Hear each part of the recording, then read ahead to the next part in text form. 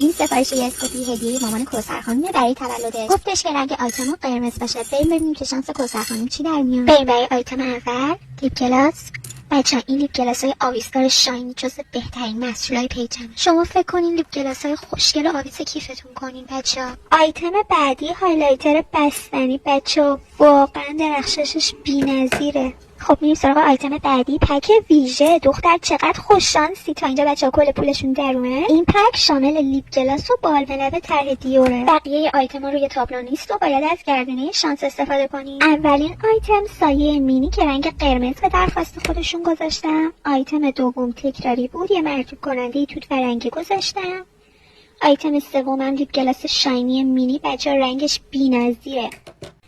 آیتم بعدی هم پد بیوتی بلنده. بعدی تکراری بود، ماسک لب گذاشتم. کوثر خانم کلی هم تولدت مبارک باشه.